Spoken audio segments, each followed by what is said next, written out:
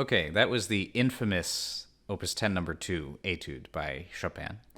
And I say infamous because I think it's without a doubt one of the most difficult Chopin etudes, and I'm sure I'd say 99 to 100% of pianists would put it in the top 3 or top 2, and then at some point there'll be a breakdown as to whether you think this is more difficult than 25-6, or if 25-6 is more difficult.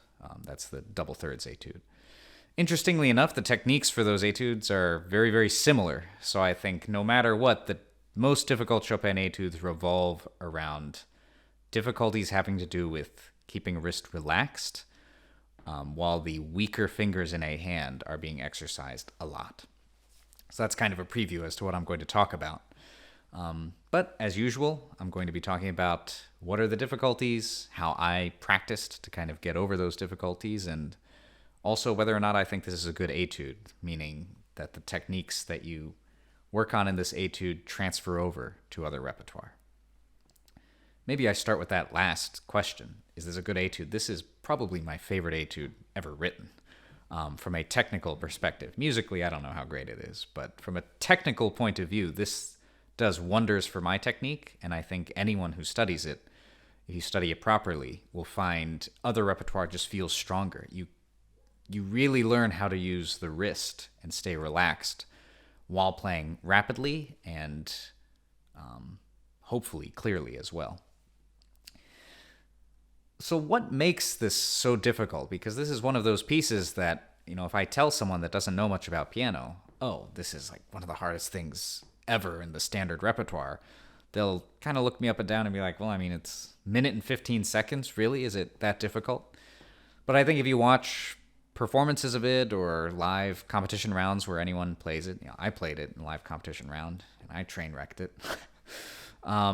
I think there's a classic pattern with the piece, and that's the first third of it's okay, and then the middle section, things kind of go wrong, and then at the end, hopefully the pianist has survived and they kind of make it.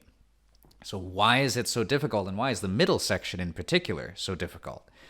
It has to do with what I think the main technical difficulty in the etude is keeping the wrist relaxed while the hand is expanding and contracting really, really rapidly. So how is the etude constructed? Throughout the right hand, the 3 weak fingers in the right hand, 3, 4, and 5, are playing a chromatic line. And you might think that that's what makes the piece so difficult, but I don't know if that's so bad. I think a lot of pianists with some practice, or anyone with some practice, can eventually play a chromatic line with those fingers.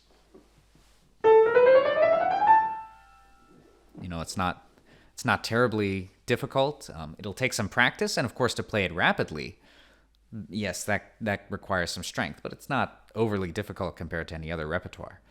The reason the Chopin Etude is so challenging is because Chopin adds chords on the downbeats. And that suddenly requires the whole hand to get involved, and you can no longer stay in one kind of tilted wrist position throughout all the chromatics. You have to play chords.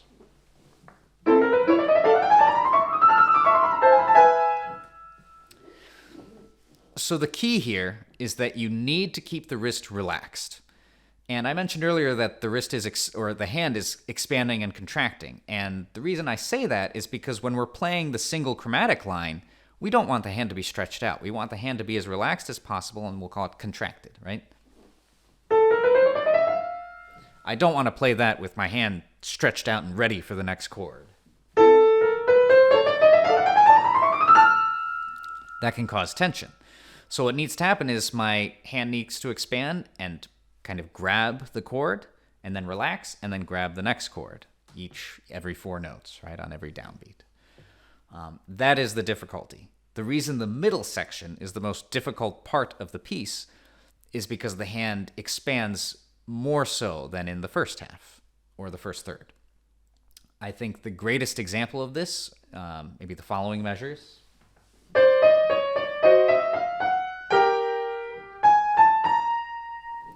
Right there, the hand goes through so many different positions. It starts very compact. Stretches a little bit. And then we have a full stretch. And that happens very rapidly.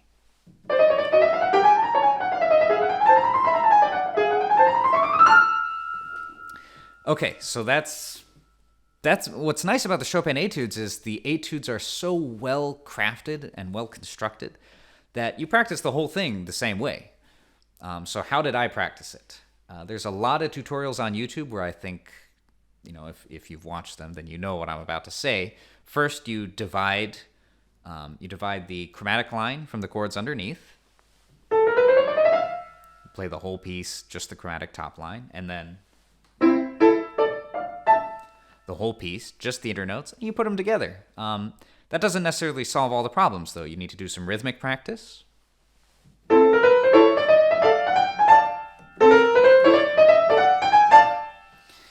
And then two exercises that I like to do, and that I haven't necessarily seen mentioned on YouTube before, are the following. I like to repeat the chords on the downbeats very rapidly. And my mindset behind this is to make sure that my wrist is loose, and the wrist cannot be tense if I'm playing rapid chords.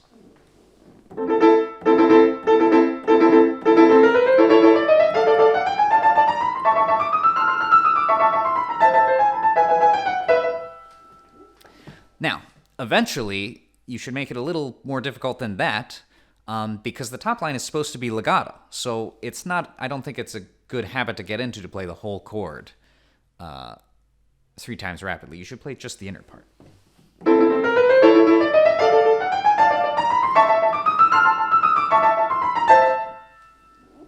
Anyway, that's how I like to practice to make sure that my wrist is loose on all those downbeats, because that's the key. The second way I like to practice doesn't necessarily fix anything technically, but it stops you from cheating. I've listened to a lot of performances of it in competition or recital, and it's very tempting to cheat this piece. And by cheat, I mean leave out the middle note, or maybe play the middle note so lightly that you don't really hear it. And the reason it's so tempting is because who can really tell the difference between these two? Well, I'll play it 2 ways.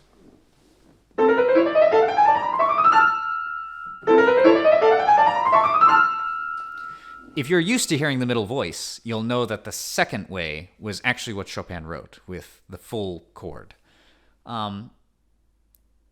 Maybe in performance or competition, it's fine to leave out the note. I have no idea, but those people have played great recitals and they've won prizes, so maybe it's not so bad. But I think as an etude, we should aim to play what Chopin wrote exactly.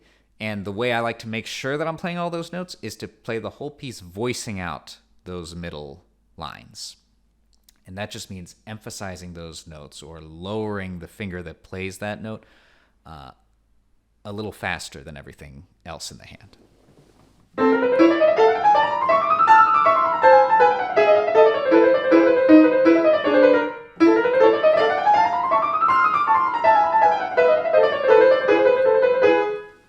And I actually do that with the whole piece. It gets really tricky in the middle. That was all. I felt that my hand was about to have a catastrophe, and I just stopped right there.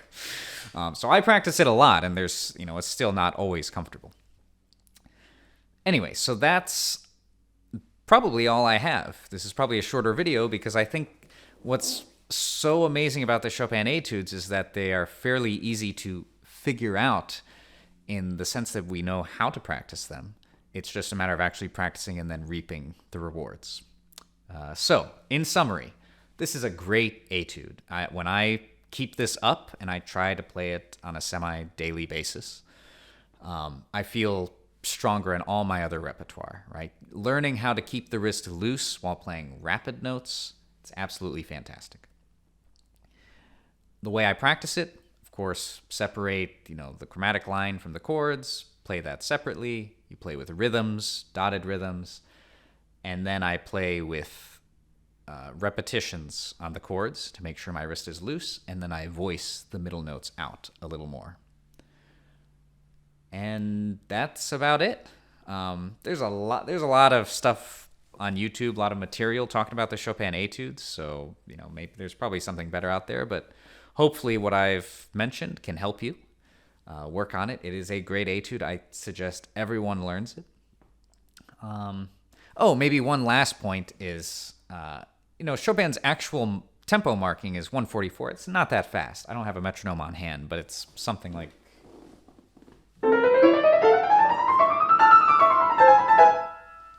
somewhere around there, I think. Why does everyone play it faster? I don't know, but it's just kind of expected. Anyway, I don't know why I threw that in there. I guess I'm just trying to show the people who are in the comments, like, Chopin's marking is actually much slower. Why do you have to play it so fast? Like, okay, I know Chopin says it's not supposed to be that fast. But when everyone else is playing it that fast, and you get up there and you're like, I'm going to play it 144 in a competition, you know, sometimes you feel like the judge is just going to be like, guess you couldn't play it that fast.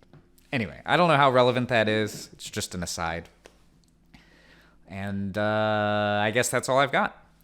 So next week, there probably won't be an etude video. I am preparing for a competition. Luckily, I'm not playing this piece. But I am preparing for a competition so that I will spend a lot of time on that repertoire. But hopefully, this was somewhat useful for you. And I will see you soon with another etude. I don't know when. Not next week. Maybe the week after. Thanks. Do you hate my piano playing? Nemo?